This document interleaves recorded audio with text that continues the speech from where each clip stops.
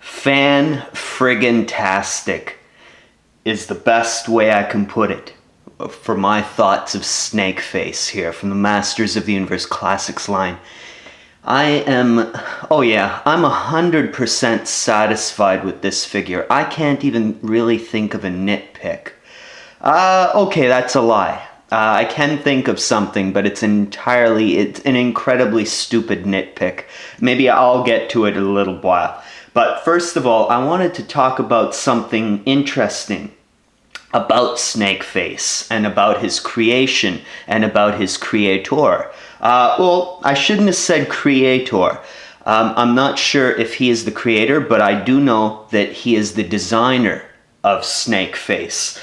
Some of you will be interested in knowing that for the first time, one of the first times in my video career, I've actually taken some notes. So, the creator of Snakeface, for those who don't know, his name is David Wolfram. So, he started at Mattel back in 1985, and then he is most known for designing the, I believe he said, like all of this information, fellas, I'm getting from an interview or a panel, that is. It was a live panel.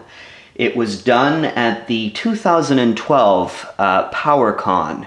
So I watched this on YouTube a few times, and then when I thought about reviewing Snakeface, the classics version here, I thought, hey, I really should go back and watch that panel. If you look on YouTube, that's where it is. It's PowerCon 2012. What is it? Toy Legends panel, I believe it's called. Anyway, so we're looking at Snakeface here. Let's get back on track here. So he was designed by David Wolfram, no longer working with Mattel, unfortunately. But he did work with them for a good long time, a really long time, as you'll see as I take from my notes here. So he started at Mattel in 1985. He's also really known for designing the Tyrannosaurus Rex from the Powers of Grayskull line. And he has also, he's also known for designing most of the evil warriors from the very end of the vintage line. That I find really interesting, really intriguing. And he also, in this, just as interesting, in this panel, he refers to a few evil warriors by their working names, or, I guess I'd heard them called working names. A working name, or I think there is another term for it, or a placeholder name. That's what it would be better known as. So placeholder names, for those who aren't familiar, those are names that the designers come up with as they're working on the character, or the creator of the character, as he's creating the character. He's not really sure what the name is going to be, what the final name is going to be, so they just have like a temporary name. It's just a temporary name, really. So I found it really intriguing that besides our main man here, Snakeface, he also referred to Scareglow as Scareglow Skeletor. So that is really intriguing, but that's for another review, that's another topic. But another interesting thing, directed at Snakeface here, he referred to Snakeface as Medusa Man. Now that is really interesting, and I almost wonder if Medusa Man would have been a better name for Snakeface. I'm not really sure. My gut tells me I think I would have liked Medusa Man more, but anyway, there you have that. Other notes I have here. Okay, going on down into David Wolfram's career for Mattel. After that, he went on to, besides other things I'm sure, but what I have here is he had also designed most of the evil mutants in the 1990s He-Man line. And He was also later, much later, he was the manager of design for the 2002 Masters of the Universe relaunch. And going back a little earlier than that, he had also said that he had worked heavily on the 2000 issue commemorative issue. So as you can see, like he's David Wolfram's fingerprints are all over the Masters of the Universe line. So, and he's pretty much he's designed most of the best pieces for this line. Well, some of the best pieces, but anyway. Back to Snakeface and what I think of this version of him. Yeah, he's absolutely fantastic. The only little nitpick I can think of, and this is such a silly, stupid nitpick, is you see you have these pieces that come off, so you can plug in the little snakes into his torso.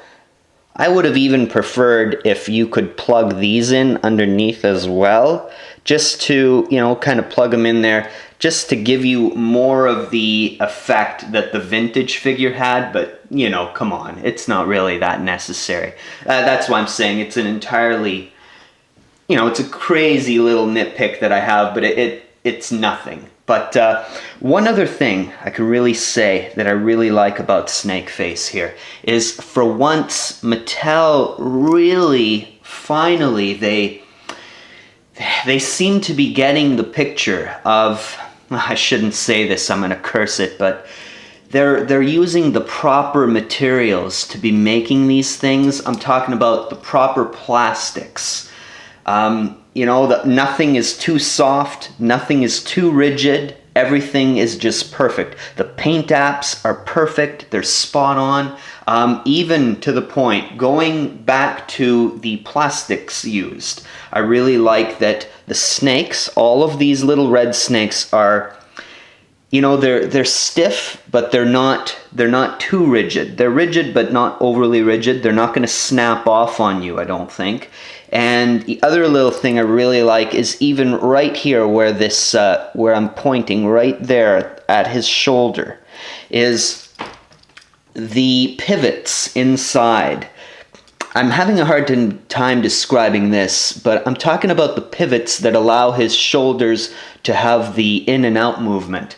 They are not molded in gray like his skin. They are actually molded in a very, very, very light green, which makes a lot of sense. So this way, when they paint the light green on the top of the shoulder, they won't be forced to paint the pivot point as well, and this will really reduce on scratching. If you're going to be lifting the figure's arm up and down and even swiveling it up and down, you're really going to avoid, because that piece would have been really, really prone to scratching over time. So anyway, yeah, that's about it. Accessories too. All of his accessories are really, really nice, incredibly nice. So I really hope this going forward that we're really, the classics line is just continuing to get better and better.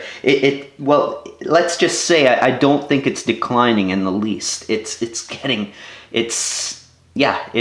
fantastic. So anyway, yeah, that's it for this sickeningly positive little review by me. So yeah, take care of yourselves, everybody, and I will be back very, very soon.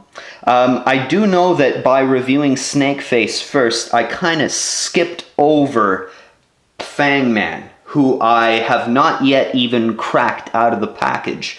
But as soon as I open up Fangman, I will be giving my thoughts on him as well. So, I hope you all enjoyed, everybody. Take care of yourselves, and I'll talk to you all again very, very soon in the very, very near future. Bye for now.